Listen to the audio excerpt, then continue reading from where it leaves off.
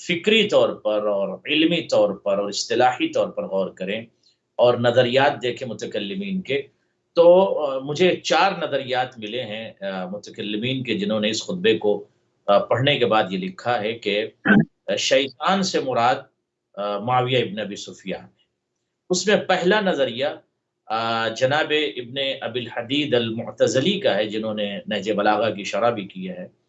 ان کا نظریہ یہ ہے کہ شیطان سے مراد معاویہ ابن ابی سفیان، یہ ابن ابی الحدید المعتزلی کہتے ہیں۔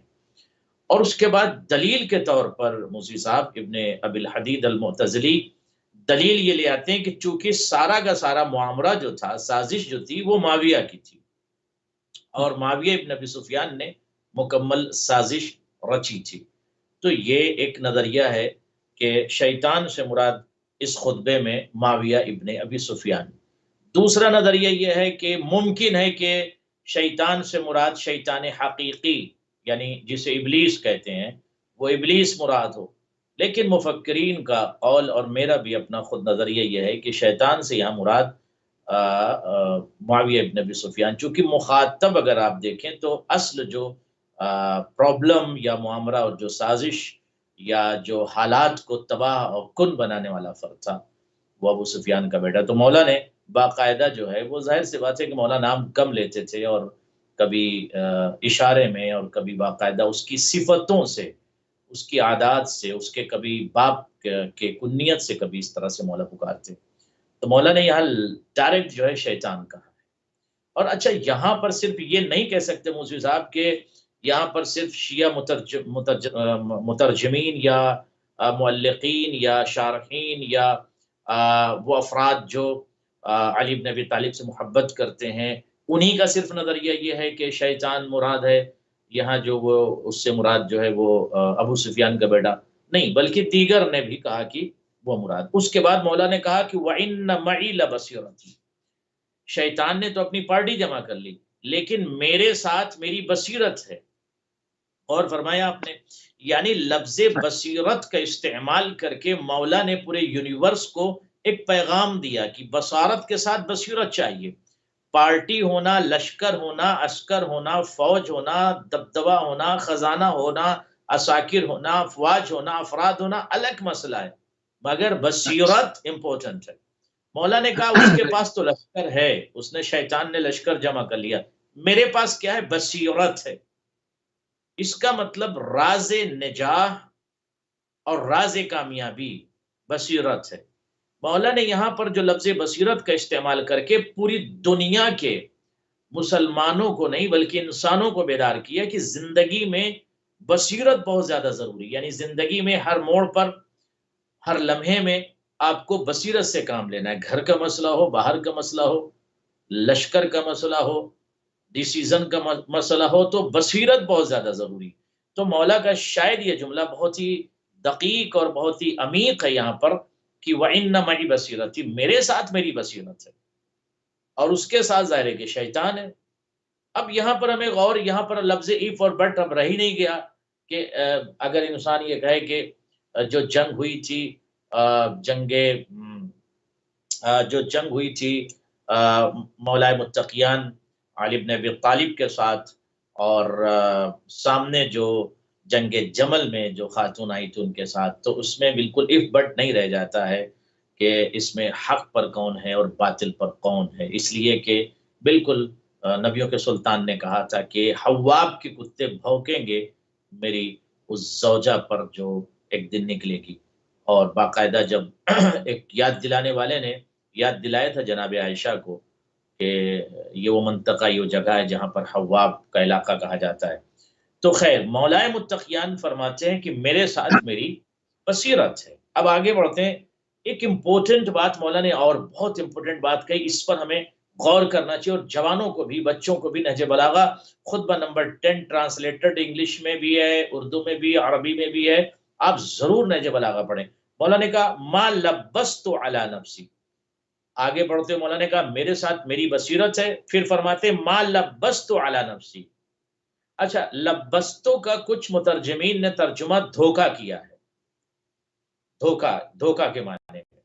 لیکن میرا اپنا ایک نظریہ ہے کہ لبستو یہاں دھوکہ کے معنی میں نہیں ہے، ہو سکتا ہے مترجمین کا اپنا اپنا ایک نظریہ ہے کہ دھوکہ کے معنی میں، لیکن چونکہ دھوکہ کے لیے دوسرے لفظ بہت سارے عربی میں استعمال ہوتے ہیں، لیکن لبستوں کو اگر ہم دیکھیں جس طرح سے ایک لفظ استعمال ہوتا ہے التباس، جہاں پر کوئی شے واضح نہ ہو تو اس کو کہتے ہیں کہ التباس.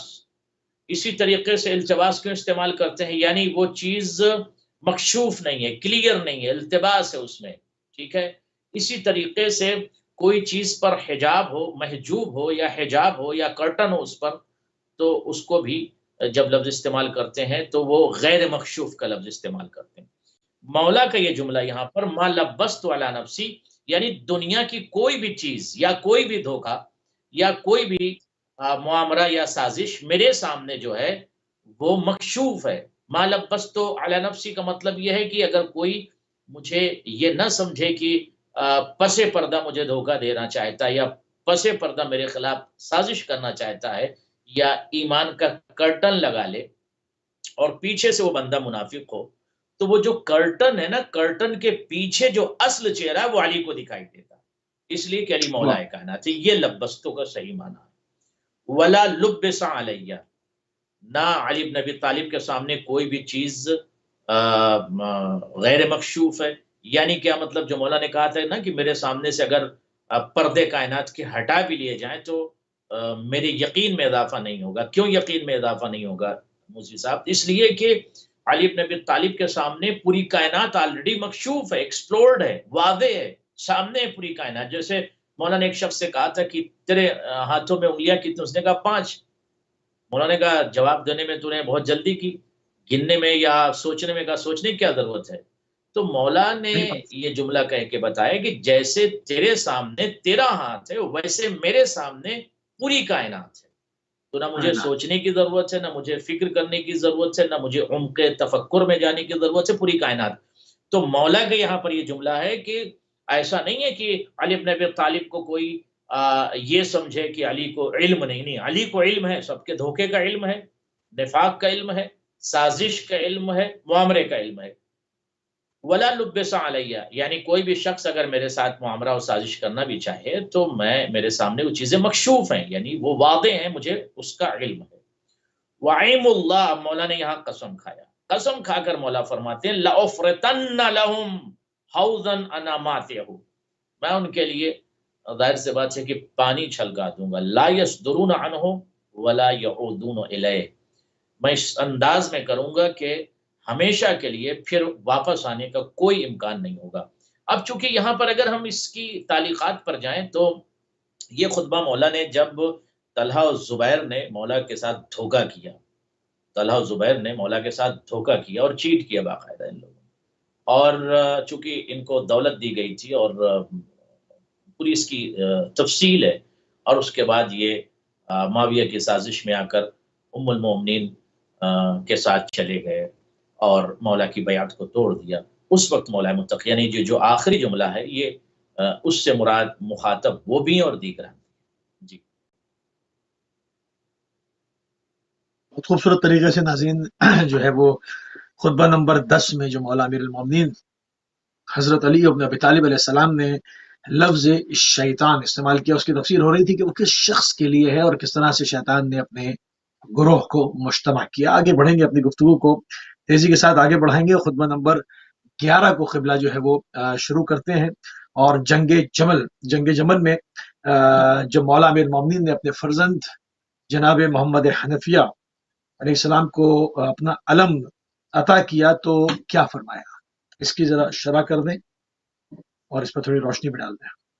جزاکم اللہ. بہت ہی یہ تو ایک بصالت کا پیغام ہے اور جرأت کا پیغام ہے اس خطبے میں، اور دلیری کا پیغام ہے، اور یقیناً ایک مرد کو، ایک رجل کو، ایک باسل کو، ایک شیر دل کو میدان قتال میں کس طرح سے ہونا چاہیے اور کس طرح سے اسے قتال کرنا چاہیے، کس طرح سے اسے دشمن کی صفوف پر نگاہ رکھنا چاہیے اور کس طرح سے اپنے قدموں کو زمین پر جمانا چاہیے، اس کے متعلق مولا متقیان نے اس خطبے میں ارشاد فرمایا.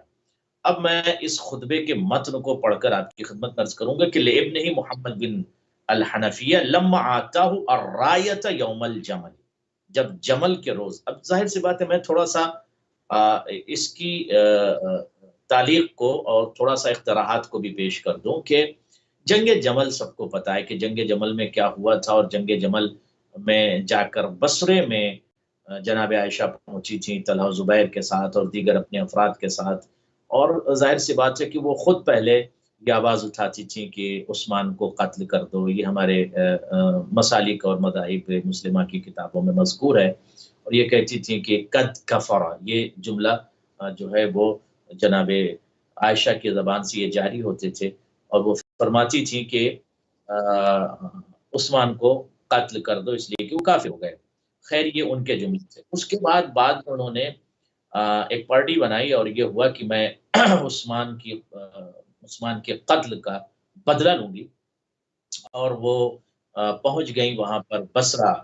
اور بصرہ سے پہلے اگر ہم حالات کو دیکھیں تو وہ مکہ گئیں، اور مکہ جانے کے بعد انہوں نے کیا کیا کیا وہ ساری تاریخ کے آئینے میں اور تاریخ کی کتابوں میں، ہسٹری میں سب درج ہے. اسے ہمارے جوانان ضرور پڑھیں کہ یہ کیا کیا واقعات رونما ہوئے، اور یہ اونٹ پر جمل پر سوار ہو کر جناب عائشہ کہاں گئی اور کیا کیا کیا. اس کے بعد بصرہ جب تشریف لاتی ہیں تو بصرے میں باقاعدہ بیت المال کو لوٹا گیا، لوگوں کو قتل کیا گیا. پھر اس میں سے ایک عظیم شخص، ایک فرد کھڑے ہوئے، انہوں نے خود کہا طلحہ زبیر اور جناب عائشہ سے کہ ان افراد کو آپ مومنین کو کیوں قتل کر رہی ہیں یا قتل کروا رہی ہیں. اور طلحہ زبیر سے کہا کہ آپ یہ کیوں قتل کروا رہے ہیں مسلمین کا. اور پھر آخر میں اس فرد نے صحیح، یہ بھی جملہ کہا کہ بیت المال کو آپ نے لوٹ لیا ہے پورا، اس میں کچھ مال چھوڑ تو صحیح، دیجئے یہاں کے افراد کے لیے. تو جواب یہ آیا کہ نہیں. اور والی بصرہ کو باقاعدہ اسے بہت مارا، اس کی داڑھیاں تک نوچ ڈالی، اور بہت زد و کوب کیا، تڑپایا، اسے قید کیا. اور اس کے بعد کافی سمجھانے کے مولا متقیان نے کوشش کی، یہاں سے باتیں پہنچائی گئیں، مگر ظاہر سے بات ایک لشکر تیار ہو چکا تھا اور سارا مسئلہ. اب چونکہ وہاں پر حملے پہ حملے ہو رہے تھے، پھر یہ جنگ جمل کی صورت واقع ہوئی. اب جنگ جمل چونکہ ایک مکمل ہسٹری ہے، اور اس جنگ جمل کو ہمارے جوانان ضرور پڑھیں، اور سمجھ کر پڑھیں، اور پڑھ کر پھر فیصلہ کریں کہ یقیناً جنگ جمل میں جو شرکائے جمل تھے، جو ام المؤمنین کے ساتھ آئے ہوئے تھے، ان کا مقصد کیا تھا، انہوں نے کن کن لوگوں کو قتل کیا اور کیا کیا مسئلہ ہوا. خیر مولائے متقیان نے جب دیکھا کہ بصرے میں ایک فتنہ بڑھ گیا ہے، موسوی صاحب میں آغاز کر رہا ہوں متن کا، کہ جب دیکھا کہ بصرے میں جناب عائشہ اور ان کے ساتھی طلحہ زبیر اور دیگران نے ایک فتنہ، قتل، غارت، لوٹ مار جب شروع کر دی. کہاں پر؟ بصرے میں. تو اب جنگ جمل میں یہ خطبہ جنگ جمل کے وقت کا ہے.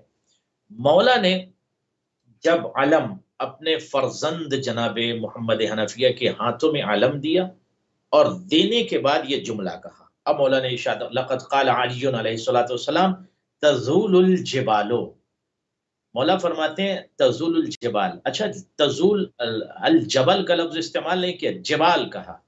جبال پہاڑ ہے. اچھا کبھی آپ نے سنا ہے کہ پہاڑ اپنی جگہ چھوڑ دیں؟ کسی نے دیکھا ہے کہ پہاڑ اپنی جگہ چھوڑ دے؟ پہاڑ کو ہٹتے ہوئے دیکھا ہے کسی نے؟ پہاڑ نہیں ہٹتے. پہاڑ کی تو مثال دی جاتی ہے کہ وہ بندہ اپنے ارادے میں پہاڑ ہے یا بصالت میں، شجاعت میں پہاڑ ہے. مولا فرماتے ہیں تزول الجبال، پہاڑ اپنی جگہ کو چھوڑ دیں، ولا تزل، لیکن تم اپنی جگہ کو نہ چھوڑنا. کیا مطلب؟ یعنی پوری دنیا یہ جانتی ہے کہ پہاڑ جو ہے اپنی جگہ نہیں چھوڑا کرتے. پہاڑ تو پلر ہے زمین کے لیے، اور پہاڑ جو ہے وہ جہاں پر ہیں وہیں پر وہ ثابت ہوتے ہیں، پہاڑ نہیں ہٹتے. بیوت ہٹ جاتے ہیں، گھر گر جاتے ہیں، بلڈنگیں گر جاتی ہیں، مگر پہاڑ اپنی جگہ پہ باقی رہتے ہیں. تو پہاڑ اپنی طاقت اور اپنی سمودیت میں یا سمود ہونے میں پہاڑ کی ایک مثال دی جاتی ہے. تو پہاڑ تو اپنی جگہ کو نہیں چھوڑتے، مگر مولا یہاں پر ایک عظیم جملہ کہتے ہیں کہ اگر پہاڑ بھی اپنی جگہ کو چھوڑ دے مگر تم اپنے جگہ کو نہیں چھوڑنا. یعنی پہاڑ اپنی جگہ کو تو نہیں چھوڑتے، لیکن اگر پہاڑ بھی اپنی جگہ کو چھوڑ دے تو تم اپنی جگہ کو نہیں چھوڑنا. اس کے بعد اب یعنی اپنے قدم کو جمائے رکھنا. قتال کرنے جا رہے ہو تو بالکل پہاڑ کی طرح اپنی شجاعت، اپنی بصالت، اپنی جرأت، اپنی ہمت، اپنی قوت، اپنی طاقت اور اپنے وجود میں چھپے ہوئے سرمایہ بصالت کا استعمال و استخدام اس انداز میں کرنا کہ تم پہاڑ سے بھی زیادہ، یعنی پہاڑ چھوڑ دیں جگہ مگر تم اپنی جگہ نہ چھوڑنا، پہاڑ سے بھی زیادہ اپنے آپ کو صامد رکھنا۔ عض علی ناجزک، مولا فرماتے ہیں کہ اپنے عض علی ناجزک، اپنے دانتوں کو دبا لو۔ جنگ میں جب جاتے ہیں تو دانتوں کو دبا لو، اپنے دانتوں کو بالکل دبا لو۔ اس سے کیا ہوتا ہے کہ درد، اگر کہیں کسی کو چوٹ بھی لگ جائے گی، اور جو دین قتال ہیں وہ لکھتے ہیں اور یہ بیان کرتے ہیں کہ قتال میں جب دانت کو داب لیا جائے، بھینچ لیا جائے، تو اگر چھوٹی موٹی چوٹ بھی لگ جائے، تیر و تبر اور نیزے بھی لگ جائیں، تو انسان کو اس وقت درد کا اس انداز میں احساس نہیں ہوتا۔ یہ بہت بڑا خبرہ ہے جو مولا متقیان نے قتال کا خبرہ اور تجربہ اور مہارت جنگ جو مولا متقیان اپنے فرزند حضرت محمد حنفیہ کو تعلیم فرما رہے، اور میدان قتال میں کہ پہاڑیں اپنی جگہ کو چھوڑ دیں، تم اپنی جگہ کو نہ چھوڑنا، دانتوں کو بھینچ لو، آئر اللہ جمجمتک، اور اپنے آپ کو خدا کے سامنے پیش کر دو، یعنی اپنے آپ کو خدا کے حوالے کر دو، حوالے کر اپنے دو، آپ اللہ کو اکبر۔ خدا کے حوالے کر دو، یعنی خود کو خدا کو دے دو۔ غور کیجئے گا، خود کو خدا کے حوالے کر دو، خدا کو دے دو، یعنی فنا فی اللہ ہو جاؤ۔ بہت ویری امپورٹنٹ جملہ ہے یہ مولا کا، یعنی اس لفظ نے واقعاً کنیکٹیویٹی اور کنیکشن اور رابطے کو اور اسپرچولیٹی کنیکشن کو بہت واضح کیا، اور پوری دنیا کو بیدار کر دیا کہ اگر ایک بندہ اپنے آپ کو خدا کے حوالے کر دیتا ہے، خدا کو دے دیتا ہے، تو خدا اس کی مدد کرتا ہے۔ تو یہ بہت امپورٹنٹ ہے کہ ہم اپنے زندگی کے ہر لمحے میں اور یہ سوچیں کہ ہم نے اپنے آپ کو خدا کے حوالے کیا کہ نہیں کیا۔ تو یہ صرف ایک خطبہ ایک میدان قتال کے لیے نہیں، بلکہ عالم بشریت کو علی بن ابی طالب کا عظیم پیغام ہے کہ اپنے آپ کو خدا کے حوالے کر دو، یعنی خدا کو دے دو، فنا فی اللہ ہو جاؤ۔ تد فی الارض قدمک، اچھا تد جو ہے فعل امر ہے یہاں پر، تد فی الارض قدمک، اپنے قدم کو، قدم جو ہے مفعول بہ واقع ہو رہا ہے، اپنے قدم کو زمین پر جما دو، گاڑ دو، نصب کر دو۔ اوتاد جیسے استعمال کرتے ہیں عربی میں، یعنی جس طرح سے پلر کو نصب کیا جاتا ہے زمین کے اندر کی وہ عمارت اور بلڈنگز کھڑی ہو سکے، اور دنیا کا نظام یہ اس وقت کی جو اوتاد ہوتے ہیں یا جو پلرز ہوتے ہیں یا جو بنیادیں جس کو ہم کہتے ہیں، جو بنیاد ہوتی ہے وہ مضبوط ہوتی، وہ زمین میں گڑی ہوئی ہوتی ہے، تو اس کی وجہ سے ساری بلڈنگ کا قیام جو ہے اس پلر پر ہوتا ہے۔ تو مولا فرماتے ہیں تد فی الارض قدمک، پلر کی طرح، عامدہ کی طرح، عمود کی طرح اپنے قدم کو زمین میں گاڑ دو۔ اللہ اکبر، اپنے قدم کو زمین میں نصب کر دو۔ ارمی ببصرک اقصی القوم، کتنا عظیم جملہ کہ جو اپنے بصارت سے اور اپنی بصیرت سے قوم کی آخری فرد پہ نگاہ رکھو۔ یہ نہیں کہ صرف اور صرف لشکر تمہارے سامنے ہے اور قتال کر رہے ہو تو یمین اور شمال دیکھ رہے ہو، یا سامنے جو ہاتھ میں تلوار لیے یا نیزے لیے یا تیر و تبر لیے ہوئے فرد جو تمہارے ساتھ قتال کر رہا ہے، صرف اس پر نگاہ نہیں رکھنا ہے، لشکر کے آخری فرد تک پر تمہاری نگاہ ہونی چاہیے۔ کتنا امپورٹنٹ جملہ ہے موسی صاحب۔ اب آپ دیکھیں کہ دنیا کے ماہرین قتال اور ماہرین جنگ کے پاس یہ فلسفہ جنگ یا فلسفہ قتال یا فلسفہ شجاعت و بصالت اور حماس نہیں ہے۔ مولا 1400 سال پہلے اپنے بیٹے سے کہہ رہے ہیں کہ لشکر کے آخری فرد پر تمہاری نگاہ ہونی چاہیے۔ وَعُضْ بَصَرَكَ، عُضْ بَصَرَكَ کا کیا مطلب؟ اور اپنی آنکھوں، جب لشکر کے آخری فرد پر اپنی نگاہ رکھو گے تو لشکر بہت بڑا دکھائی دے گا۔ اب لشکر بڑا دکھائی دے تو لشکر کی ہیبت سے اپنی آنکھوں کو بند کر، یعنی لشکر کی ہیبت کو اپنے اوپر طاری مت ہونے دینا، لشکر کی کثرت کو اپنے اوپر طاری مت ہونے دینا، لشکر کے تیر و تبر اور نیزے اور خنجر اور تلواروں کو اپنے اوپر حاوی مت ہونے دینا۔ ویری امپورٹنٹ میسج آف امام علی، یعنی آج اس دور میں بھی اگر ہم دیکھیں، اگر بندہ اپنے آپ کو خدا کے حوالے کر دیتا ہے، فنا فی اللہ ہو جاتا ہے، اللہ سے کنیکٹڈ ہو جاتا ہے، سامنے جو ہے ظاہر سی بات ہے کہ شیطانوں کا بہت بڑا لشکر بھی ہو تو آپ جیت جائیں گے۔ یہ مولا کا ایک فلسفہ اور یہ ایک بیان ہے، اور یہ مولا کا عظیم جملہ ہے کہ یہ امپورٹنٹ ہے کہ آپ فنا فی اللہ ہوں اور اللہ سے اپنے آپ کو کنیکٹ رکھیں اور اپنے آپ کو خدا کے حوالے کر دیں، اور نگاہ میں لشکر کے آخری فرد پر آپ کی نگاہ ہو مگر ہیبت نہ طاری ہو، لشکر کی ہیبت آپ کے اوپر طاری نہ ہو، یہ امپورٹنٹ جملہ۔ اب آخر میں جو ایک پیغام مولا نے دیا، میں جوانوں سے یہ کہوں گا، یونیورس کے تمام لوگوں سے یہ کہوں گا، امت مسلمہ اور تمام انسانوں سے یہ کہوں گا، اس علی ابن ابی طالب کے فقرے کو نوٹ کر لیں، لکھ لیں اور اس سے ہمیشہ استفادہ کریں۔ مولا فرماتے وَعِلَمْ أَنَّ النَّصْرَ مِنْ عِنْدِ اللَّهِ سبحانہ وتعالی، اے میرے لال اس بات کا علم رکھو اور جان لو۔ کیا مولا فرماتے کہ مدد جو ہے وہ صرف اور صرف خدا ہی کی جانب سے آتی ہے۔ بازو جتنے چاہے قوی ہوں، تلوار جتنی چاہے اچھی ہو، فنون جنگ و قتال کے ماہرین جتنے چاہے خبیر اور اخبر ہوں، مگر مدد جو حقیقت میں آتی وہ خدا کی جانب سے آتی ہے۔ کیا مرحب و بے شک، انتر کے مارکے میں نہیں دیکھا کتنے بڑے فرد کو، اتنے بڑے شخص کو کتنے من کا خول اپنے سر پر رکھتا تھا؟ خندق میں عمر ابن عبدود کے ساتھ کیا ہوا، جس کے لیے جو ہے مسلمانوں کے کچھ افراد اور صحابی اس کے قصائد اور فضائل پڑھ رہے تھے کہ اپنے ہاتھ میں یہ اونٹنی کا بچہ لے کے 1000 کے لشکر کے ساتھ اکیلے لڑتا ہے، اتنا بڑا شجاع ہے یہ عمر ابن عبدود، سارے لشکر پر ہیبت طاری تھی۔ اس وقت نبیوں کے سلطان نے کیا ارشاد فرمایا تھا کہ کون ہے جو اس کے مقابلے میں جائے، اور جب مولا گئے تو وہ کیا ارشاد فرمایا، برز الایمان کلو الی کلو الکفر کل کلے، آج کلے کل ایمان یعنی کائنات کا سارا مان۔ ایمان۔ اب یہاں پر ہم اگر اس جملے پر غور کر لیں، نبیوں کے سلطان کے جملے پر، اور نبیوں کے سلطان اور پیغمبروں کے پیغمبر جس کی زبان پر آیا تھے الہی کا پیرا، یہ نہیں کہا کہ ایمان گیا، ایمان جو ہے وہ کفر کے مقابلے میں گیا، یہ نہیں کیا، کل ایمان، سارا کا سارا ایمان، آل ایمان، ٹوٹل ایمان، یونیورس کا جتنا ایمان تھا، اس کا مطلب وجود علی میں سمٹا ہوا ہے۔ تو کل ایمان کل کفر کے مقابلے میں گیا۔ اس کے بعد جو فقرہ نبیوں کے سلطان کا تھا کہ ضربت علی یوم اللہ الخندق افضل من واللہ عبادت الثقلین، علی کی سبحان ایک اللہ، ضربت خندق کے دن ثقلین سبحان یعنی اللہ، دونوں جہان کی عبادت سے افضل ہے۔ ایک ضربت، واہ، جی ہاں ایک ضربت، تو جس کی ایک ضربت کا مقابلہ غور کیجئے گا ثقلین کی عبادتیں نہ کر سکیں تو اس کے مقابلے میں کسی کو لانا ظاہر سے کہ بے معنی ہے، بیکار ہے، عبث ہے۔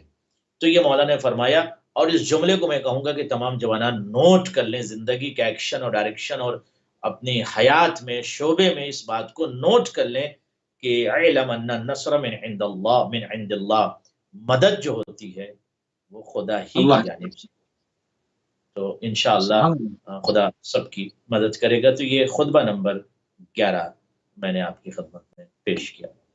اچھا، اس میں جنگ جبل میں مولانا ایک صحابی سے بھی کچھ ارشاد فرمایا تھا، اس کو بھی تھوڑا سا، اس پر تھوڑی سی روشنی مزید ڈال دیں تھوڑی سی۔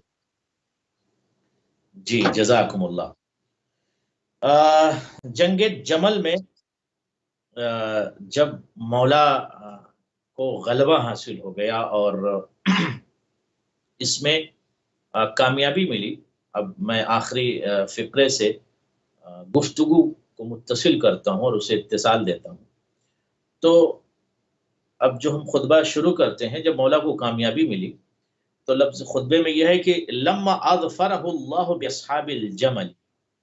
اب یہاں پر ہم فقرے کو دیکھیں، لما اظفرہ اللہ، جب اللہ نے کامیابی دی، اور فرمایا آپ نے اللہ نے کامیابی دی۔ مولا اس سے پہلے کیا فرماتے ہیں کہ مدد اور کامیابی اللہ ہی کی جانب سے۔ اللہ کی جانب سے، لما بے شک اظفرہ اللہ باصحاب الجمل، جب اصحاب جمل کو یعنی مولا کے ساتھ جو لوگ تھے ان کو جب اللہ نے کامیابی دی، وقد قال له بعض اصحابہ، تو بعض اصحاب امیر کائنات نے مولا سے یہ کہا، کیا کہا، وِدْتُ أَنَّ أَخِي فُلَانَا، اے میرے مولا میرے بھائی جو ہے، کَانَ شَاهِدْنَا لَيَرَى مَا نَصَرَكَ اللَّهُ بِهِ، انہوں نے یہ کہا کہ میرا بھائی یہاں موجود ہوتا تو وہ بھی دیکھتا کہ اللہ نے آپ کی کس انداز میں نصرت کی، آپ کی مدد کی، آپ کی معاونت کی، آپ کی مساعدت کی، وہ میرا بھائی بھی ہوتا تو دیکھتا۔ تو مولا نے کہا کہ یعنی میرا بھائی یہ دیکھتا کیا دیکھتا. اب یہاں پر ایک فقرہ اور میں عرض کر دوں کہ اللہ آدائی کا، یعنی میرا بھائی اگر ہوتا تو وہ دیکھتا کہ اللہ نے آپ کو آپ کے دشمنوں پر کس طرح سے، اس کا مطلب جنگ جمل میں جو افراد آئے تھے وہ دشمن تھے، وہ دشمن تھے. یہ بات تو صحابی بھی کہہ رہے ہیں کہ اللہ نے آپ کو آپ کے دشمنوں پر کس انداز میں کامیابی اور آپ کی اللہ نے نصرت فرمائی. فقال له علی علیہ الصلوۃ والسلام، مولا نے اس صحابی سے کہا، کیا کہا؟ احوا اخیک معنا، کیا تمہارا بھائی میرا چاہنے والا ہے، یعنی ہمارا دوست ہے، چاہنے والا ہے؟ فقال نعم، صحابی نے جواب دیا جی مولا، جی جی مولا. اب جیسے ہی کہا نا جی مولا، اب مولا کا جملہ یہاں سے شروع ہوا. قال علیہ الصلوۃ والسلام، مولا نے کہا فقد شہدنا، شہیدہ نہ یہاں پر جو ضمیر کا صیغہ ہے وہ جمع متکلم، یعنی جمع کا صیغہ، عفوا جمع کا صیغہ استعمال کیا مولا نے کہ قد شہدنا، شہیدہ نہ یعنی ہم سب کو اس نے دیکھا اور ہمارے ساتھ تھا. وَلَقَدْ شَهِدْنَا فِي عَسْكَرِنَا، وہ ہمارے ساتھ تھا، ہمارے ساتھ موجود تھا، اور بلکہ ہمارے لشکر میں. اس کے بعد فرماتے ہیں وَلَقَدْ شَهِدْنَا فِي عَسْكَرِنَا هَذَا أَقْوَامٌ فِي أَصْلَابِ الرِّجَالِ وَأَرْحَامِ النِّسَاءِ سَيَعْرَفُ بِهُمُ الزَّمَانُ وَيَقْوَى بِهُمُ الْإِيمَانُ. مولا فرماتے ہیں کہ جیسے صحابی نے کہا کہ مولا کاش میرا وہ بھائی بھی ہوتا تو دیکھتا کہ کس طرح سے اللہ نے آپ کو دشمنوں پر کامیابی اور کامرانی عطا فرمائی ہے، کاش وہ ہوتا. تو مولا نے فرمایا کہ وہ ہمارے پاس موجود تھا. اس کا مطلب یہ ہے کہ اگر کوئی علی بن ابی طالب سے عشق کرتا ہے اور یہ اس کی خواہش ہوتی ہے کہ کاش ہم اس جنگ میں ہوتے، تو وہ ہوتا ہے. اور فرمایا موسی صاحب آپ نے، وہ ہوتا ہے. اس کے بعد فرماتے ہیں وَلَقَدْ شَهِدْنَا فِي عَسْكَرِنَا، اور جو اس کے بعد مولا فرماتے ہیں بلکہ ہمارے اس لشکر میں وہ اشخاص بھی موجود تھے. کیا جملہ ہے مولا کہ یعنی جس کی زبان پر مشیت الہی، ارادہ الہی کا پہرا، وہ یہ بول رہا ہے کہ بلکہ وہ افراد بھی ہمارے اس لشکر میں شریک تھے، شامل تھے. کون مولا؟ اقوام فی اصلاب الرجال، وہ قومیں، وہ اقوام، وہ افراد جو اصلاب الرجال میں ہیں. وارحام النساء، اور نساء کے ارحام میں ہیں. سیعرف بہم الزمان، ان قریب زمانہ انہیں ظاہر کرے گا. ابھی تو اسلاب میں ہیں، ابھی تو ارحام میں ہیں، اسلاب میں ہیں، ارحام میں ہیں آپ کی نظر میں، مگر مولا کی نظر میں وہ جنگ میں شریک ہیں. یہ مولا کہنا چاہتے ہیں کہ وہ تو ہماری فوج میں، ہمارے لشکر میں، ہمارے عسکر میں وہ شامل ہیں. کون مولا؟ جو اسلاب الرجال میں اور جو ارحام النساء میں ہیں. سیعرفہم الزمان، زمانہ ان قریب انہیں دکھا دے گا اور انہیں ظاہر کر دے گا. وَيَقْوَى بِهُمُ الْإِيمَانِ، اور ان سے ایمان کو تقویت پہنچے گی. یعنی وہ افراد جو ہم سے محبت کرتے ہیں، یعنی بدایتاً مولا نے یہ جملہ کہا، آغاز میں مولا نے یہ جملہ کہا کہ جو ہم سے محبت کرتے ہیں، جو ہمیں چاہتے ہیں، جو علی والے ہیں، جو علی علی کرتے ہیں، جو علی کا ذکر کرتے ہیں، جو مولا سے محبت کرتے ہیں. جو جھوٹی محبت کا دعویٰ کرنے والوں کی بات میں نہیں کر رہا ہوں، لیکن جو خالص محبت کرتے ہیں وہ مولا کے ساتھ ہیں، چاہے وہ اسلاب میں ہوں، چاہے وہ ارحام میں ہوں. اور مولا نے فرمایا کہ زمانہ قریب انہیں ظاہر کرے گا اور ان سے ایمان کو قوت پہنچے گی. تو یہ خطبہ نمبر 12 تھا، میں نے آپ کی خدمت میں پیش کیا. جی بالکل صحیح. تیزی سے خطبہ نمبر 13 کی طرف بڑھیں گے، اور اس میں اہل بصرہ کی مذمت کی بات مولا امیر المومنین نے فرمائی.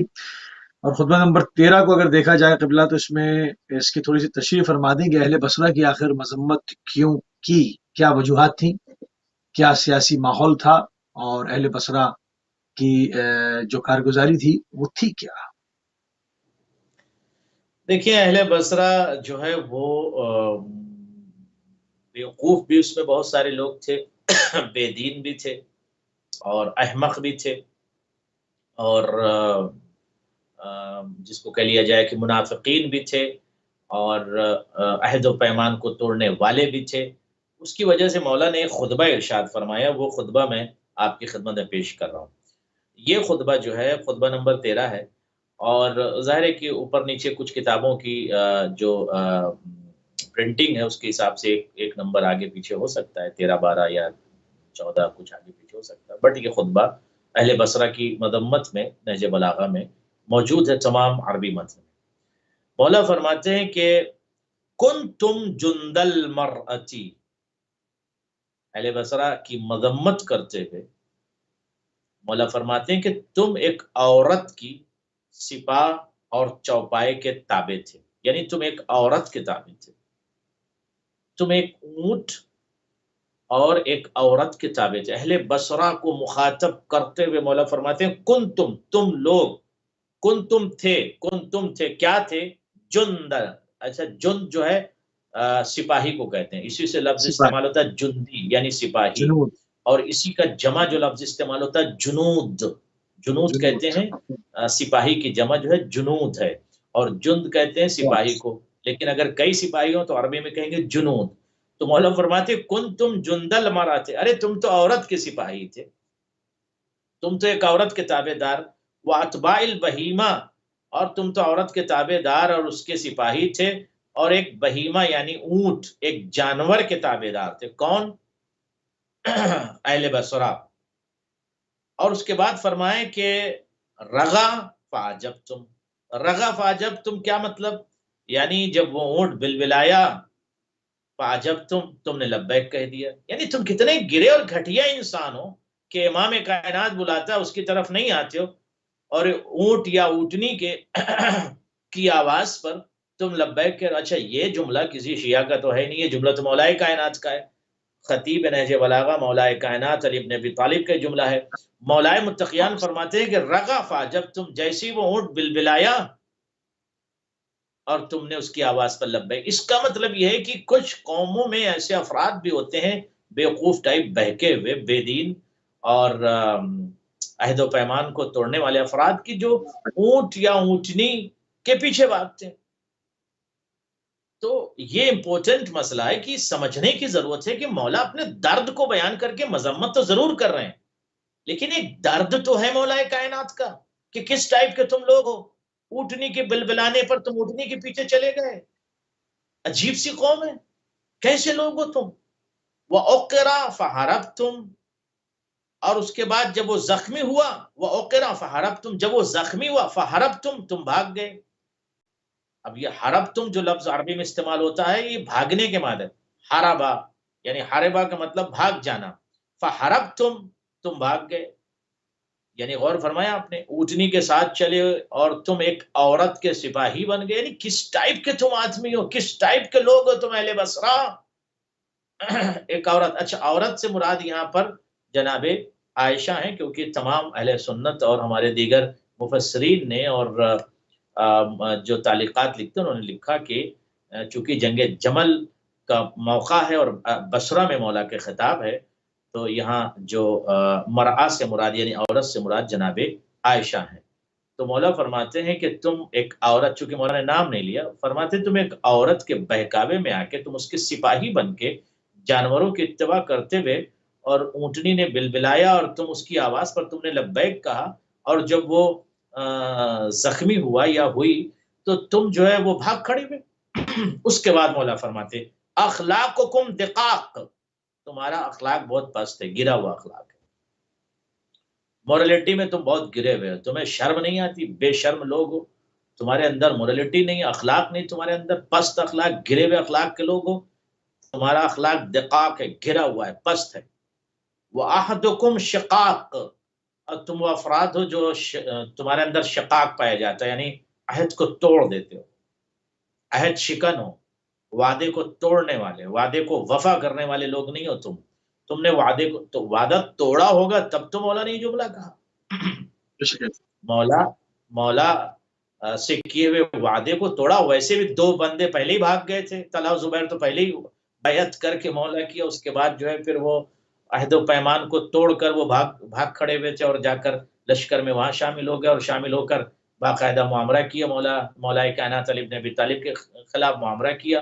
اور یہاں تک روایت میں ہے کہ جب جناب عائشہ کو پتہ چلا کہ مولائے متقیان کے پاس خلافت آ گئی تو وہ بہت زیادہ ناراض ہوئیں، اور اس کے بعد انہوں نے کہا کہ میں اب یہاں سے مکہ جاؤں گی اور واپس چلی جاتی ہوں، یعنی کافی ناراضگی کا اظہار کیا کہ مولائے متقیان کے ہاتھ میں یہ خلافت کیسے آ گئی؟ خیر، تو مولا فرماتے ہیں کہ اخلاقکم دقاق، تم پست اخلاق ہو رہے ہوں گے تب تو مولا نے کہا ہے، واحدکم شقاق، اور عہد و پیمان کو توڑنے والے لوگ ہو، تو عہد و پیمان کو توڑا ہوگا تب تو مولا کہہ رہے ہیں، وَدِینُکم نفاق، اللہ، اور تمہارا جو دین ہے وہ نفاق ہے، منافق لوگ ہو تم. یعنی اتنا کھل کے کہنا.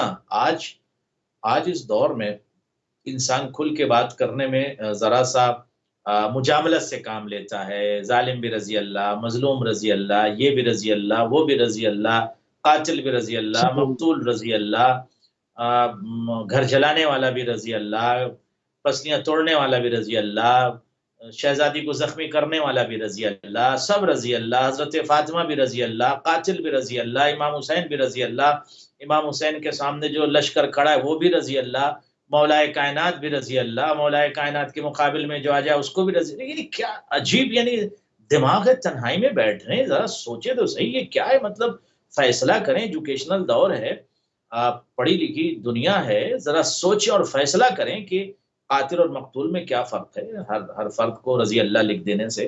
تو مولا فرماتے ہیں کہ دینکم النفاق، تمہارا دین جو ہے، دینکم نفاق، تمہارا دین نفاق ہے.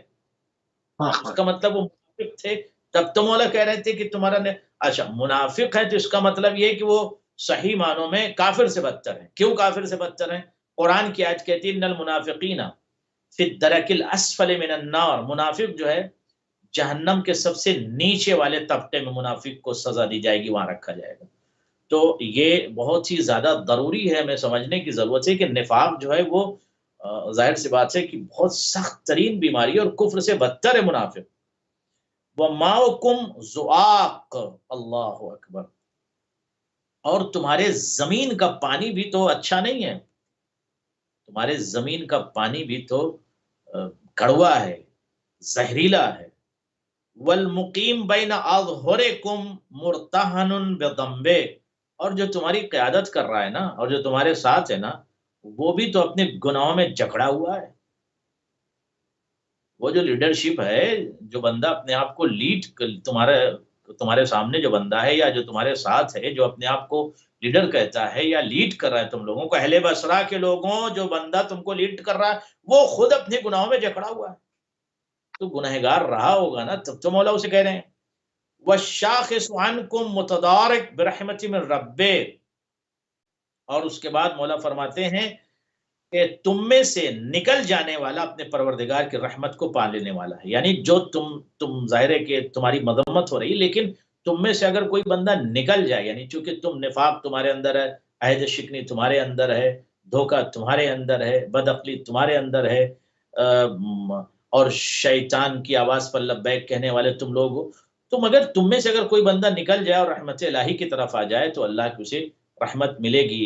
یعنی اس کاروے میں شریک مت ہو کہ جہاں پر نفاق کے خیمے لگے ہوئے ہیں.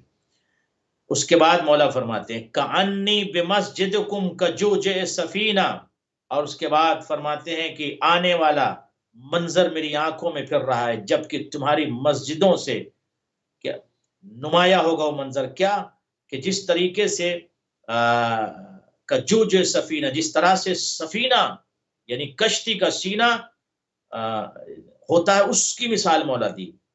اس کے بعد فرمایا قد بعث اللہ علیہ العذاب، میں یہ دیکھ رہا ہوں کہ اللہ تمہارے اوپر بہت عنقریب، قد بعث اللہ علیہ العذاب، اللہ جو عذاب تمہارے اوپر نازل کر رہا ہے. کس پر؟ اہل بصرہ پر، جو کہ دھوکے باز ہیں، جو شکن توڑنے والے ہیں، منافق ہیں. من فوقہا، اوپر سے بھی عذاب آئے گا، ومن تحتہا، اور نیچے سے بھی عذاب آئے گا. یعنی پورا کا پورا بصرہ عذاب میں ڈوب جائے گا، عذاب کے پانی میں ڈوب جائے گا، عذاب الہی میں ڈوب جائے گا.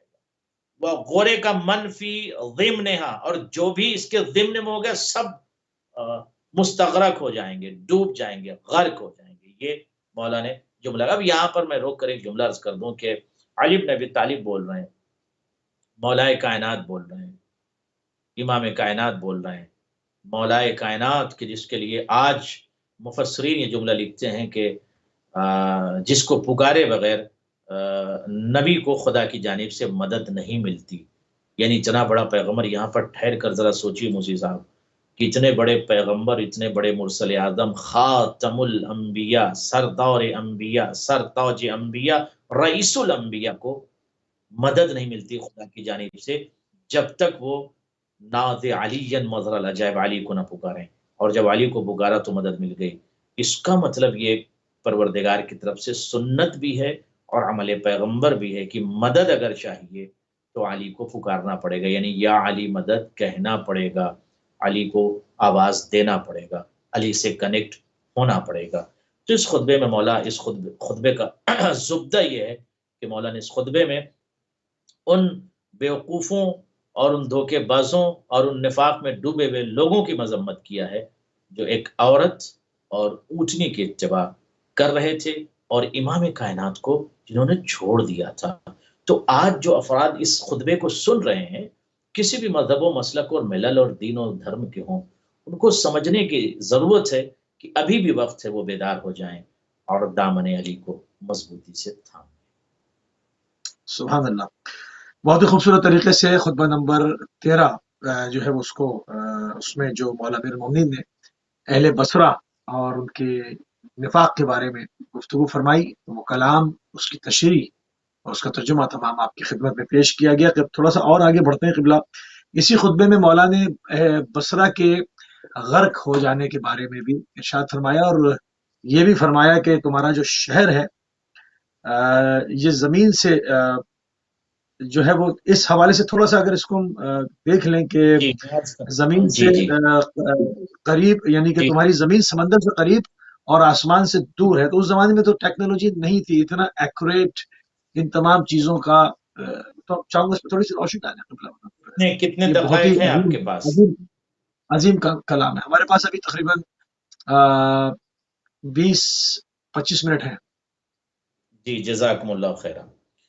مولا نے اسی خطبے میں کلام کرتے ہوئے آگے بڑھ کر مولا فرماتے ہیں وَعِمُ اللَّهِ، یعنی قسم کھائی خدا کی، عِمُ اللہ جو قسم کھائی، لَتَغْرَقَنَّ بَلَدَكُمْ حَتَّى كَأَنِّي لَتَغْرَقَنَّ بَلَدَكُمْ حَتَّى كَأَنِّي أَنظُرُ إِلَى مَسْجِدِهَا، اللہ اکبر، کَجُّوجُ سَفِینَہ او نعامت جاسمہ۔ مولا فرماتے ہیں کہ خدا کی قسم میں تمہارے شہر کو ڈوبتے ہوئے دیکھ رہا ہوں،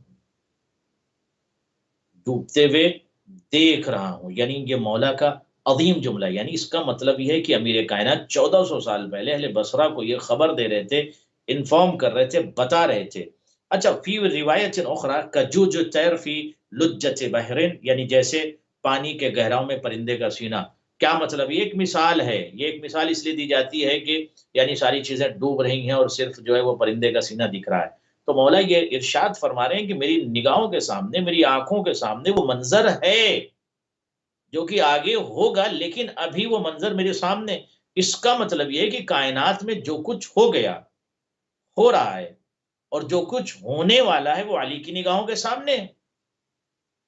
تبھی تو مولا کائنات بول رہے ہیں کہ میں تمہارے منطقے کو، شہر کو، علاقے کو ڈوبتا ہوا دیکھ رہا ہوں۔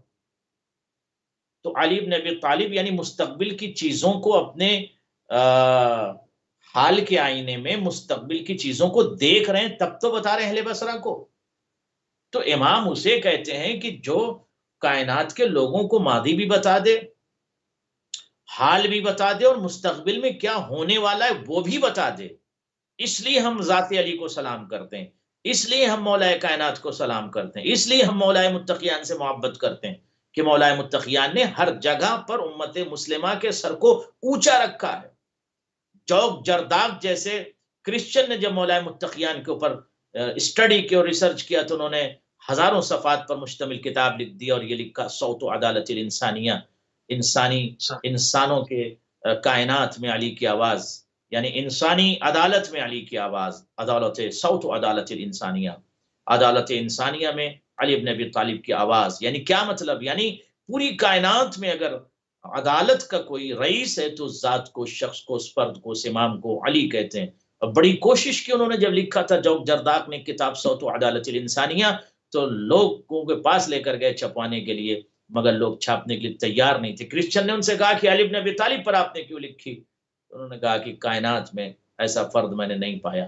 تو اتنے عظیم رہبر کو ہم امام کہتے ہیں کہ جہاں پر عیسائیت گھٹنے ٹیک دے، مفسرین گھٹنے ٹیک دیں، اور اس کے مقابلے میں کسی کو لانا اور نہ لانا یہ ایک عجیب سی بات ہے. تو مولا نے فرمایا کہ ہم یہ دیکھ رہے ہیں. اس کے بعد مولا فرماتے ہیں بلادکن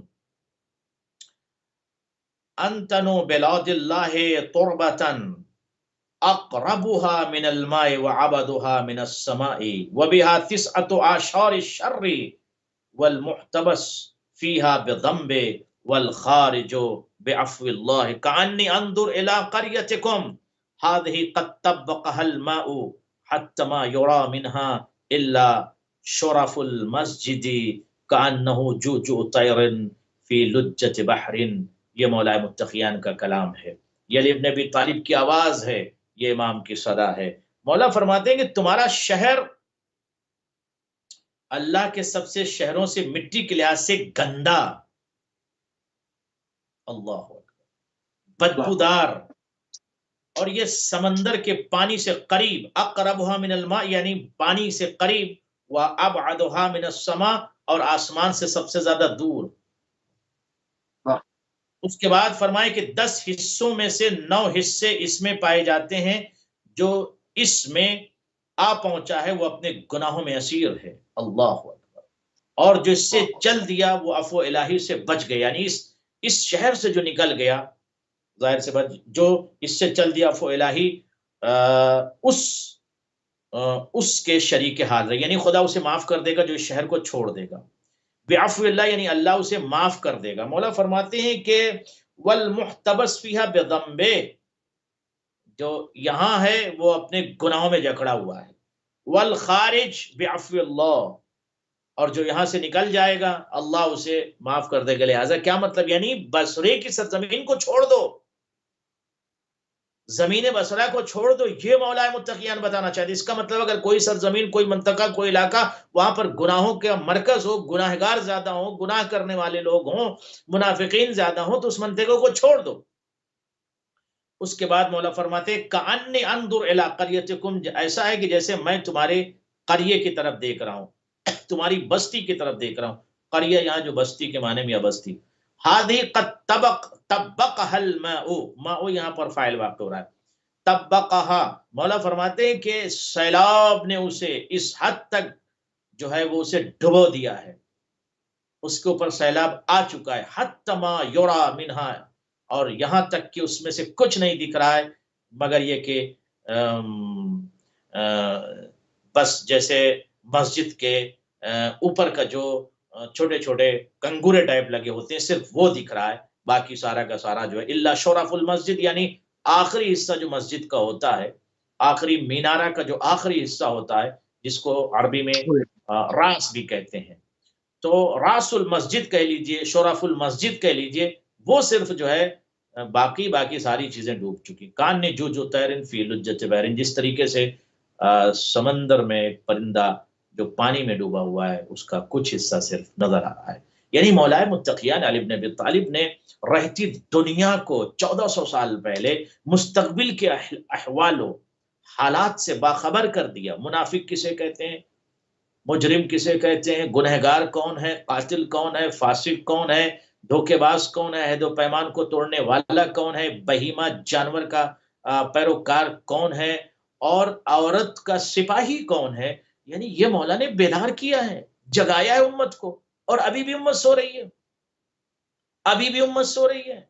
تو کل مولائے متقیان نے جو نہج بلاغہ، جو صدا امام علی ہے، یہ نہج بلاغہ جو خطابات ہیں مولا کے یا خطبات ہیں، اسی لیے تو ہیں کہ امت انہیں خطبوں کو پڑھ کے اب تو جاگ جائے، بیدار تو ہو جائے، اور رائٹ اور رانگ کا فیصلہ کر لے، حق اور باطل کا فیصلہ کر لے، صحیح اور غلط کا فیصلہ کر لے، محبت کے ساتھ، اخلاق کے ساتھ صحیح فیصلہ کر کے صحیح جادے اور صحیح راستے پر آ جائے.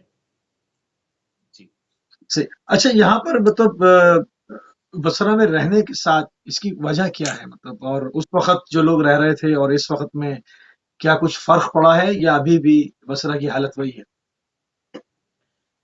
دیکھیے ابھی پہلے جیسے تو حالات نہیں ہیں، ابھی تو پہلے سے کچھ اس میں حالات میں تغیر ہیں، کیونکہ مولا نے آگے جو ہے اہل بصرہ کے متعلق جو خطبہ نمبر 14 ہے اس میں کچھ گفتگو مولا نے فرمائی ہے، اگر آپ کے پاس وقت ہوگا تو میں خطبہ نمبر 14 بیان کر دوں گا۔ اس وقت کے جو بصرہ کے حالات ہیں، ظاہر سی بات ہے نجف جیسے تو نہیں ہیں، کازمان جیسے تو نہیں ہیں، یا مثلا جو ہے وہ کربلا جیسے تو نہیں ہیں۔ تو جو بصرہ کے حالات پہلے تھے، اس حالات میں اس دور میں کافی تبدیلی آئی ہے، اور یہ تک ہے کہ کافی لوگوں نے اس خطبے سے بہت استفادہ کیا، اور بہت استفادہ کرنے کے بعد بنی امیہ پر ملامت بھی کیا ہے، لعنت بھی کیا ہے، اور مجرمین پر بھی لعنت کیا ہے جنہوں نے باقاعدہ بصرہ کو لوٹا تھا۔ چونکہ جنگ جمل کا جو واقعہ رونما ہوا اس منطقے میں، وہاں پر باقاعدہ ذخائر کو لوٹا گیا۔ نام تو یہ تھا کہ ہم بدلہ لے رہے ہیں، لیکن بدلے کے نام پر باقاعدہ لوگوں کا قتل عام ہوا، ہزاروں لوگوں کو قتل کر دیا گیا۔ ان کے خون کا ذمہ دار کون ہے؟ اچھا، کچھ باتیں اور میں عرض کر دوں۔ مولائے متقیان علی بن ابی طالب کا بصرہ پہنچنے سے پہلے جو جنگ جمل جو جنگ واقع ہوئی، اس میں جو جناب عائشہ آئی تھیں اور طلحہ و زبیر، ان کے تمام افراد، جو بھی افراد مشتمل وہ جو لشکر تھا ان کا کئی ہزار کا، تو وہ اس لشکر نے مولائے متقیان کے پہنچنے سے پہلے جتنے مسلمین کو قتل کیا بصرے میں، اس کا ذمہ دار کون؟ جبکہ ایک مرد مومن بصرہ کی یہ کہہ رہا کہ یہاں پر آپ قتل و غارت کیوں کروا رہی ہیں؟ اس منطقے کو معمنہ رہنے دیجئے، آپ کیوں قتل کروا رہی ہیں؟ پھر اس کے بعد اس نے کہا کہ بیت المال کو لوٹا جا رہا ہے، یہاں کے ذخائر کو، دولت کو لوٹی جا رہی، کچھ مومنین کے لیے تو چھوڑ دیجئے، کہا اس کو بھی۔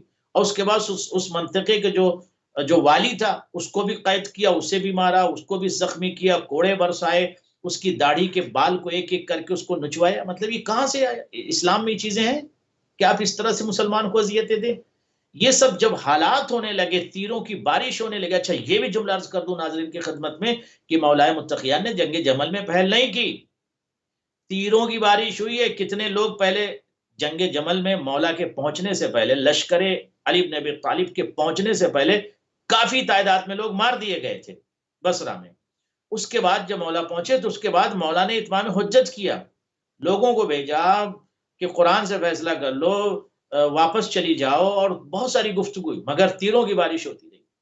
کافی مومنین مولائے متقیان کے صحابی اور مولا کے چاہنے والے تیروں کی بارش کی وجہ سے شہید ہو گئے، اور لاشیں اٹھا اٹھا کے لوگ آتے تھے اور مولا سے کہتے تھے مولا آپ ہمیں جنگ کی اجازت دیں، کب تک ہم لاشیں اٹھاتے رہیں گے؟ جب یہ حالت طاری ہو گئی تب مولا نے دیکھا کہ اب تو یہ اتمام حجت ہو گئی۔ یمیناً و شمالاً مولا نے داہنے طرف کے لشکر اور بائیں طرف کے لشکر کے سامنے جا کے اتمام حجت کیا، کسی طرح سے لوگ نہ کریں، جنگ چلے جائیں، نہیں مانے وہ لوگ۔ اس کے بعد جب یہ دیکھا کہ اب یہ مسئلہ پیش آ رہا ہے کہ بزدلی کا، اور باقاعدہ لشکر امیر المومنین کے افراد کو قتل کیا جا رہا ہے، تیروں سے مارا جا رہا ہے، کافی لاشیں اٹھاتے اٹھاتے جب تھک گئے انصار امیر المومنین، تب انہوں نے مولا سے التجا کی کہ آقا ہم لاشیں اٹھا رہے ہیں، صبح سے ہم تھک گئے، آپ ہمیں جنگ کی اجازت دیں۔ تب مولا نے جب جنگ کی اجازت دی، اور اس کے بعد جو ہے یہ سلسلہ پھر ظاہر رونما ہو جنگ جمل کا۔ اب اس میں عاقلان افراد اور عقیل اور عقلاء اور دانشور اور صاحبان فہم فیصلہ کریں صحیح اور غلط کا۔ یہ میں نے خود اس میں جب غلبہ حاصل کیا مولا امیر المومنین نے، اس وقت کیا ارشاد فرمایا؟ جی، اسی وقت مولا نے جب غلبہ حاصل کیا تھا تو اس وقت جناب علی بن ابی طالب نے اپنے ایک صحابی سے یہ جملہ کہا تھا کہ وہ اگر میرے لشکر میں نہیں ہے پھر بھی وہ میرے ساتھ ہے، اور اس کے بعد یہ جناب محمد حنفیہ سے یہ جملہ کہا تھا کہ میرے لال پہاڑ جو ہے اپنی جگہ کو چھوڑ دے مگر تم اپنی جگہ کو نہ چھوڑ دینا۔ اب میں یہاں پر خطبہ نمبر 14 اگر آپ کہیں تو میں اس کو جلدی سے، چھوٹا سا ہے، پیش کر دوں۔ کتنے دقائق ہیں آپ کے پاس؟ ہمارے پاس قبلہ بھی پورے 20 منٹ ہیں۔ جزاکم اللہ۔ جی، تو مولائے متقیان علی بن ابی طالب نے خطبہ نمبر 14 بہت ہی امپورٹنٹ ہے، اور وقت رہا تو چھوٹا سا 15 بھی اس کو بھی پیش کر دیں گے۔ خیر، ارضکم قریبۃ من الماء، یہ بھی اہل بصرہ کی مذمت میں مولائے متقیان نے کہا۔ ارضکم، ارض کہتے ہیں زمین کو، ارضکم قریبۃ من الماء، ماں سے، پانی سے تمہاری زمین قریب ہے، بعیدۃ دور ہے کس چیز سے؟ من السماء، اور آسمان سے دور. اچھا یہاں پر ٹھہر کر آپ سوچیں کہ جب اس زمانے میں ٹیکنالوجی نہیں تھی اور مقیاس اور ناپنے کا کوئی آلہ نہیں تھا، تو 1400 سال پہلے مولائے متقیان یہ کہتے ہیں کہ تمہاری زمین آسمان سے بہت دور ہے. یہ کس طرح اس پہ روشنی ڈال دیں، کیسے کیونکہ مطلب امیر یہ بتا المومنین تو سکتے، اس کہہ کا سکتے مطلب ہیں یعنی غیب کے مالک اور ملک اور یعنی وہ تو خبیر تو بے ہیں شک ایسے مولا. ہی بے شک اس ایسے ہی ہے، زمانے مگر میں بات ٹیکنالوجی نہیں ہے، اور بھی زمینیں تھیں. بات یہ رہی عراق کی سرزمین تھی، نجف کی. خیر نہیں، چلیے، مولا نے نجف کی دعوت فکر سرزمین تو تو اس دی. زمانے میں بہت مختصر مولا اور نے وہ منطقہ اتنا زیادہ مکشوف نہیں تھا، لیکن جی مولا نے دعوت فکر تو دی. تو اب اگر دوسرے لوگ اسپیس میں جائیں اور چیزوں کو معلوم کریں اور یہ سب کریں، وہ پھر کہتے ہیں کہ جی ہمیں تو مطلب کچھ معلوم نہیں ہے. تو یہاں تو اشارہ صاف صاف واضح دیا جا رہا ہے. تو کیوں ان 1400 سال میں ہی ریسرچ ہو جاتی ہے اس کے اوپر، اس پہ بات ہو جاتی ہے، کیوں اصل میں پیچھے رہنا؟ معاملہ یہ ہے نا کہ ہمارے مسلمان بھائی جو ہے وہ ریسرچ کم کرتے ہیں، آپس میں تنقید، کافر کافر. یہ کچھ دن تک تو یہی چلتا رہا کہ نوٹوں پہ لکھو شیعہ کافر اور فلاں کافر، اور آپس میں ایک دوسرے کے ساتھ مسائل.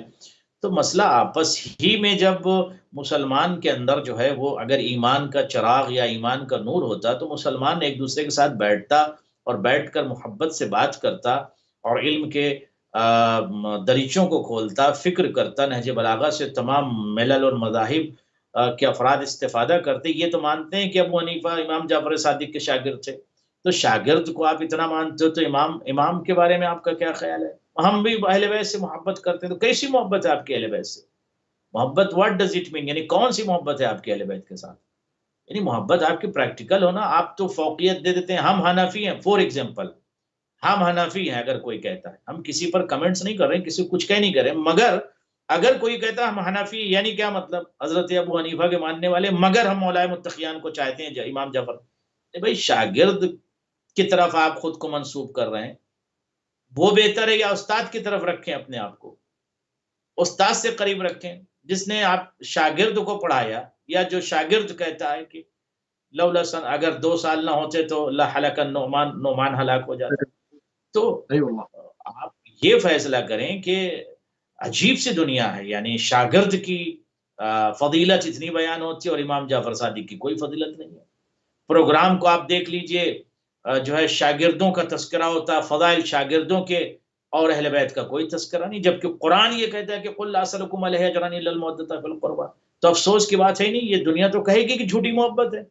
اگر آپ واقعا محبت کرتے ہیں تو آپ اہل بیت کے فضائل کیوں نہیں بیان کرتے، اور اہل بیت کے فضائل پر دوسروں کو کیوں مقدم کرتے ہیں، جب آپ کو پتا ہے کہ مولائے متقیان علی بن ابی طالب کائنات کی اس عظیم ہستی اور شخصیت کو کہتے ہیں جو 1400 سال پہلے بتا رہا ہے کہ بصرے کی سرزمین جو ہے آسمان سے دور ہے.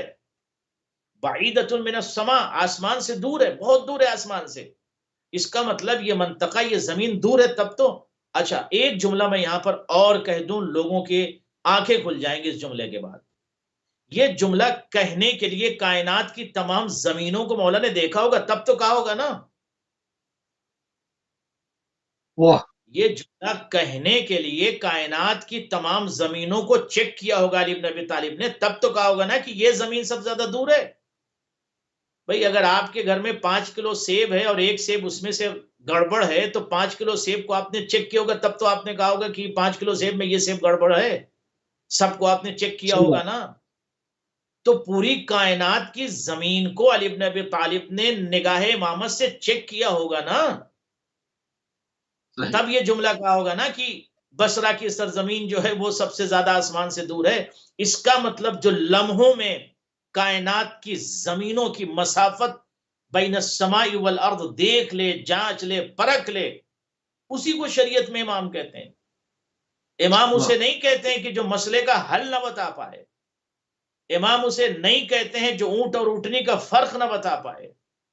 امام اسے نہیں کہتے ہیں جو ممبر پہ جا کے کہے جب تک میں صحیح چلوں چلنے دینا اور جب میں بہک جاؤں تو مجھے اتار دینا. امام اسے کہتے ہیں جو 1400 سال پہلے کائنات کی، اب آپ کائنات کتنی بڑی ہے، ایک ملک کی زمین کوئی ناپ نہیں سکتا. میں یہ چیلنج کر رہا ہوں، ایک ملک کی زمین ناپنے میں صدیاں گزر جائیں گی. ہر شہر کی زمین اگر ناپی جائے کہ اس شہر کی زمین آسمان سے کتنی دور ہے، مثلا انڈیا میں بامبے کی زمین آسمان سے کتنی دور ہے، یو پی کی زمین کتنی دور ہے، کراچی کی زمین کتنی دور ہے، آدمی ناپ ہی نہیں سکتا ہے. سائنس تھک جائے گی, گھٹنے ٹیک دے گی. جائے گی پوری کائنات دول مملکتیں, پوری زمین, پوری سرزمین کو, پوری کائنات کی زمینوں کو علی نے لمحوں میں ناپ لیا, نگاہ امامت نے جانچ لیا, اور اس کے بعد جملہ یہ فقرہ کہا کہ زمین بصرہ آسمان سے دور ہے. اب اس کے بعد مولا فرماتے ہیں کہ خفت عقولکم, ہاں تمہاری عقلیں بہت کم ہیں, یعنی خفیف العقل ہو تم. یہ بہت بہت عظیم جملہ ہے. خفیف العقل ہے تب تو بہیمہ کے پیچھے دوڑ پڑے, اونٹنی کے پیچھے اس کی اتباع کرنے لگے. یعنی عقل کم ہے, یعنی احمق ہو تم لوگ, تب تو اونٹنی کی اتباع کرنے لگے, ورنہ امام کو چھوڑ کے اونٹنی کے پیچھے بھاگتے. وَصَفِحَتْ حُلُومُكُمْ, اور تمہاری جو عقل مندی ہے نا وہ بہت خام ہے, اور تمہارے جو حلوم ہیں وہ بہت کچے ہیں. فَأَنْتُمْ غَرَضٌ لِنَابِلٍ, اور تم تو ہر تیر انداز کا نشانہ ہو.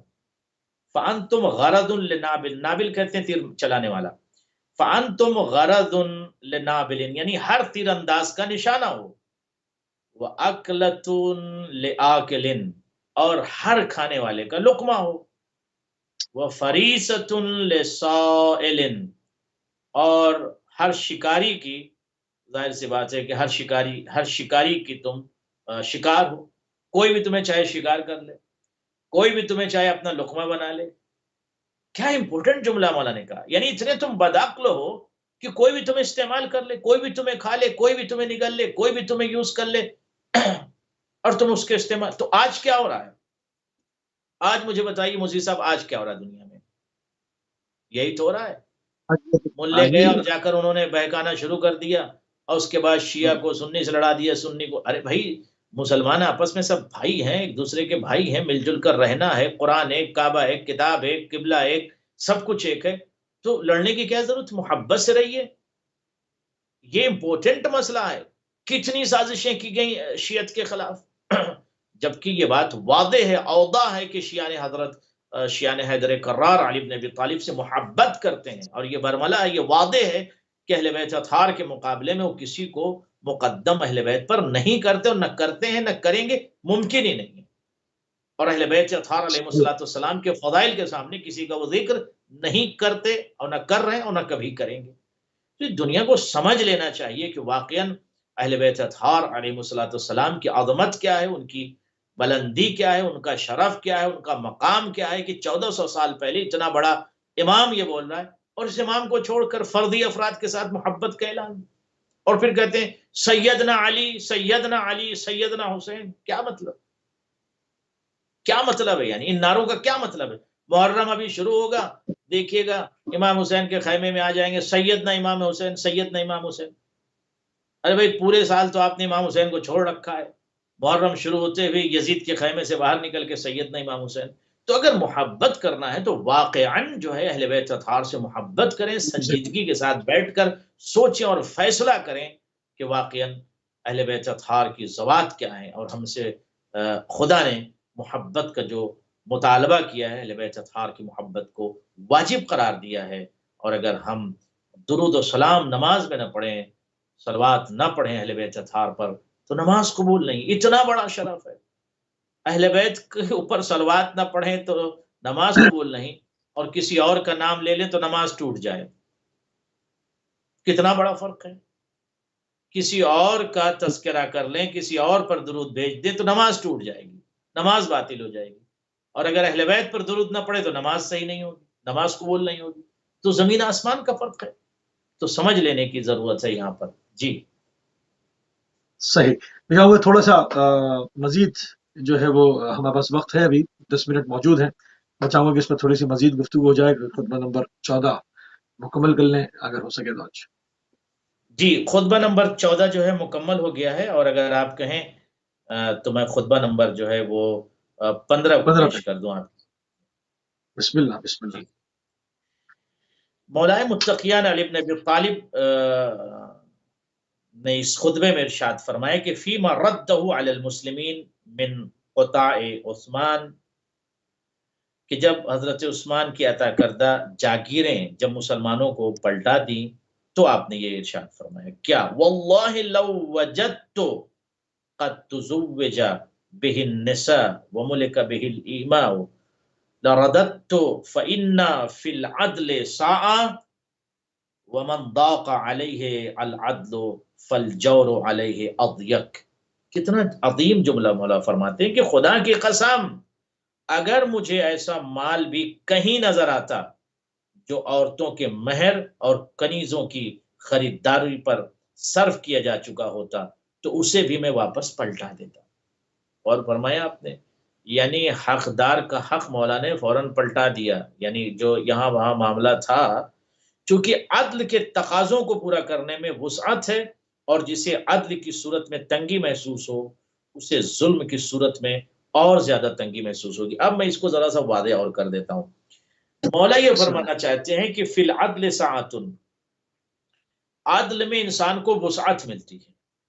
عدل جب انسان کرے گا تو اسے وسعت ملتی ہے اور انسان جو ہے وہ ضیق محسوس نہیں کرتا ہے، گھٹن محسوس نہیں کرتا، انسان پریشانی محسوس نہیں کرتا. تو عدل میں جو ہے وہ بہت زیادہ انسان کو کشادگی محسوس ہوتی ہے.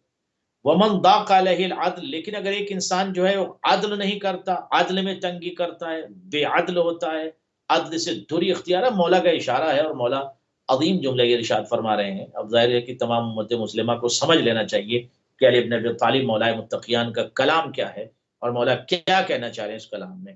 اس کے بعد فرماتے ہیں کہ عدل میں جس شخص نے بھی تنگی کی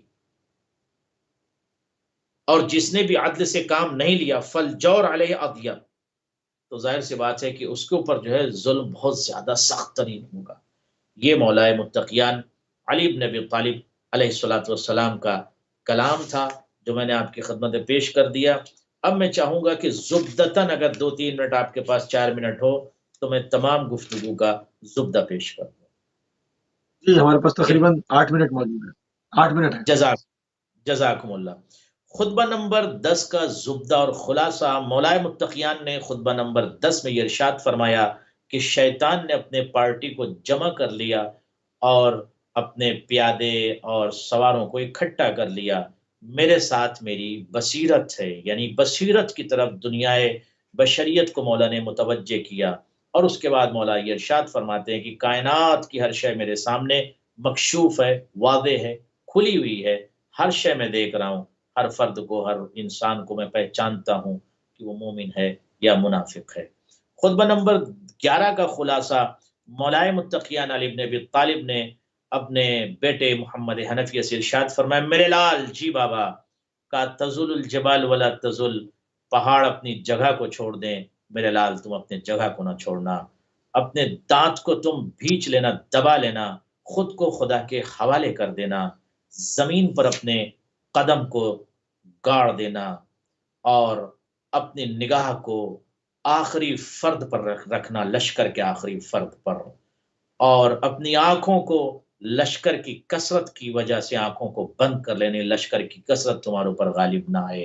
اور اس بات کا یقین رکھو کہ مدد اللہ ہی کی جانب سے آتی ہے.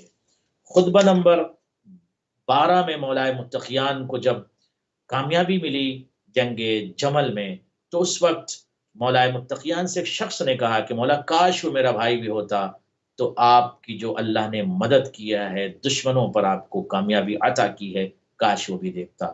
مولا نے فرمایا کیا وہ میرا چاہنے والا ہے؟ کہا ہاں. تو مولا نے فرمایا وہ میرے ساتھ تھا، میرے لشکر میں تھا، اور وہ افراد بھی میرے ساتھ تھے. کون؟ مولا جو اسلاب رجال میں ہیں، ارحام نساء میں ہیں، اور ان قریب زمانہ انہیں ظاہر کرے گا اور ان کے ایمان سے تقویت ملے گی. اس کے بعد خطبہ نمبر 13 میں مولا متقیان نے اہل بصرہ کی مذمت کرتے ہوئے، جوانوں اہل بصرہ کی مذمت کرتے ہوئے، یہ صدا امام علی ہے، فرمایا کہ تم ایک عورت کے سپاہی اور جانور کے تابع دار ہو، یعنی اونٹنی کے تابع دار ہو. جیسے ہی بلبلایا وہ اونٹ یا اونٹنی، تم نے اس کی آواز پر لبیک کہہ دی، اور جیسے ہی وہ زخمی ہوئی یا ہوا تو تم سب بھاگ کھڑے ہوئے. تمہارا اخلاق بہت پست ہے، تم عہد و پیمان کو توڑنے والے لوگ ہو، اور تمہارا دین نفاق ہے، تمہارا دین نفاق ہے، اور تمہارا پانی بہت کڑوا ہے، اور تمہارے درمیان جو فرد لیٹ کر رہا ہے وہ گناہوں میں جکڑا ہوا ہے۔ اب اس کے بعد مولا فرماتے جو یہاں سے نکل جائے گا وہ بچ سکتا ہے عذاب الہی سے۔ اس کے بعد اسی خطبے میں مولا نے کہا کہ میں دیکھ رہا ہوں کہ تمہارے شہر کو ڈوبتا ہوا دیکھ رہا ہوں موسوی صاحب۔ اس کے بعد فرمایا کہ تمہارے شہر کی یہ جو مٹی ہے بہت ہی گندی اور بدبودار ہے، اور تمہاری زمین جو ہے وہ پانی سے قریب ہے، آسمان سے دور ہے۔ یہ مولا نے خطبہ نمبر 13 میں ارشاد فرمایا۔